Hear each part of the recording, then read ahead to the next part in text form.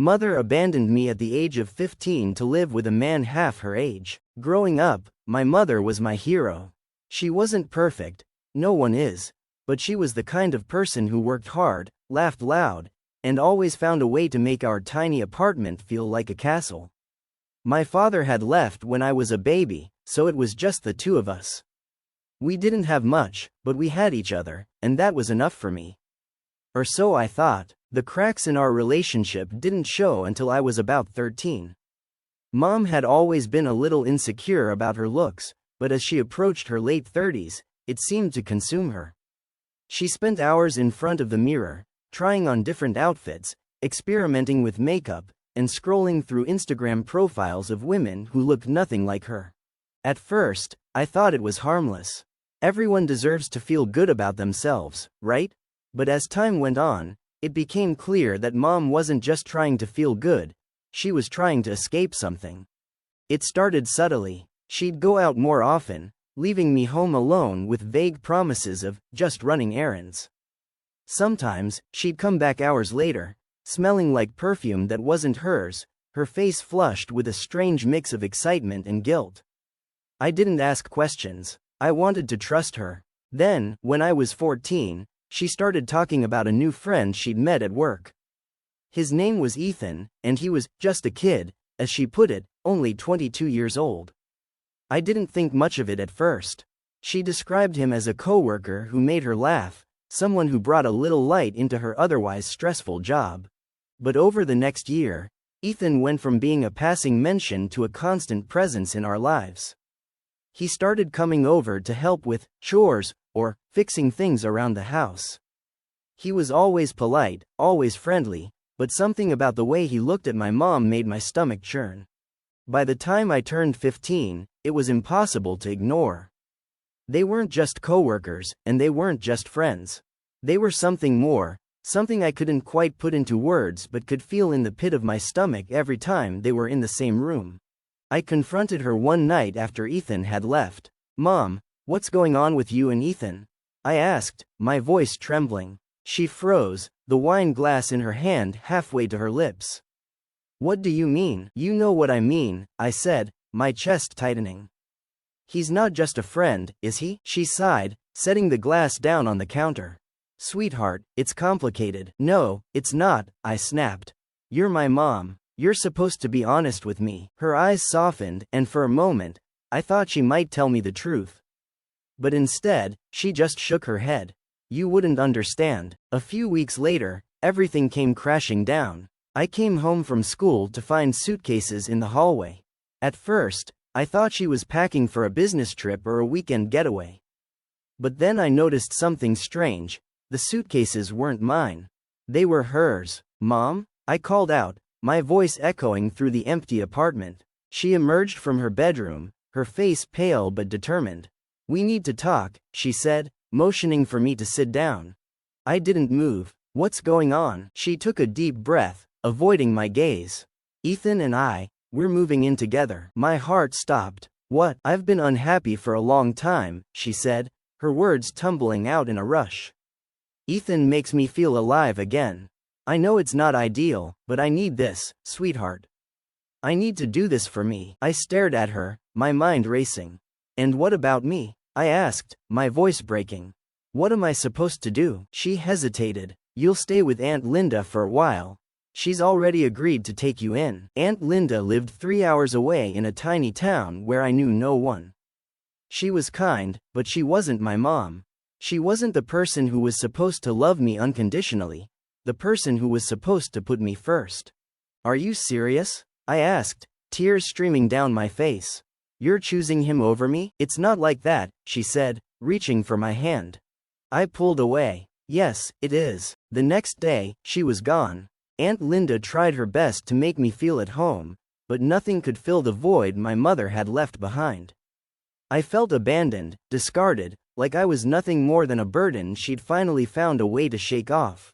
At school, I kept my head down, avoiding questions about why I had suddenly moved.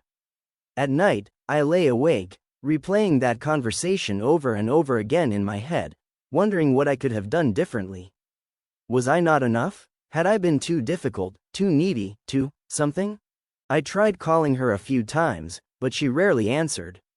When she did, her tone was distant, distracted. She'd talk about how great things were with Ethan, how happy she was in her new life. She never asked about me. The months turned into years. I stopped calling, stopped waiting for her to reach out, stopped hoping she'd come back. Instead, I focused on building a life for myself. I threw myself into my studies, determined to prove that I didn't need her to succeed. I made friends who became like family, people who showed me what unconditional love and support looked like. By the time I graduated high school, I had a full scholarship to a university 3 states away. Aunt Linda cried when I left, but I promised to visit.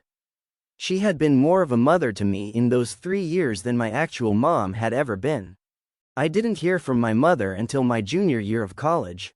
It was a rainy afternoon, and I was sitting in the library, cramming for an exam, when my phone buzzed with a text message.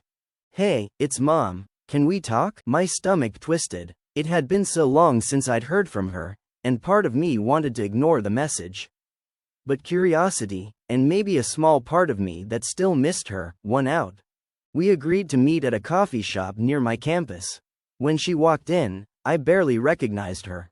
She looked older, tired, like life had worn her down in ways I couldn't even begin to imagine. She sat down across from me, clutching a cup of coffee like it was a lifeline. "You look good," she said, her voice trembling. "Thanks," I said coolly. "You look different." She winced, but didn't argue. "I know I don't deserve your forgiveness," she began, tears welling up in her eyes. "But I need to explain," and then she told me everything. Her relationship with Ethan hadn't been the fairy tale she'd envisioned. The age gap, the differences in maturity and life experience, it had all caught up to them. He had cheated on her multiple times, drained her bank account, and eventually left her for someone else. She was broke, alone, and filled with regret.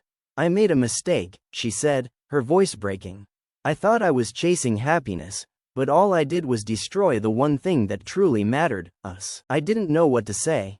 Part of me wanted to comfort her, to tell her it was okay, that we could rebuild our relationship. But another part of me, the part that still felt the sting of her abandonment, wanted to walk away. In the end, I told her I needed time to think. It's been a few weeks since that conversation, and I'm still torn. She's my mother, the woman who raised me, who I loved more than anyone in the world. But she's also the person who shattered my trust, who made me feel like I was worth less than the fleeting thrill of a new relationship. Part of me wants to believe in second chances. People make mistakes, don't they? And if she's truly sorry, shouldn't I try to find it in my heart to forgive her? Life is too short to hold grudges, and I've missed her, more than I'd like to admit. But another part of me can't ignore the pain she caused. The years I spent wondering what I'd done wrong, feeling like I wasn't enough, trying to fill the void she left behind, it wasn't something I could easily forget. Forgiving her would mean opening myself up to the possibility of being hurt again, and I don't know if I can take that risk. Every day, I replay that coffee shop conversation in my head, dissecting her words, her tone, her expressions. Was she genuine, or was she just desperate because she had no one else left to turn to? I want to believe that she's changed, that she's learned from her mistakes, but the scars she left behind make it hard to trust. In the end, I know the decision is mine to make. No one else can tell me what's right or wrong in this situation. But as I sit here, staring at her latest text, asterisk, "I'm here if you're ready to talk," asterisk, I can't help but wonder if I'll ever be ready. Can a relationship so broken ever truly be mended?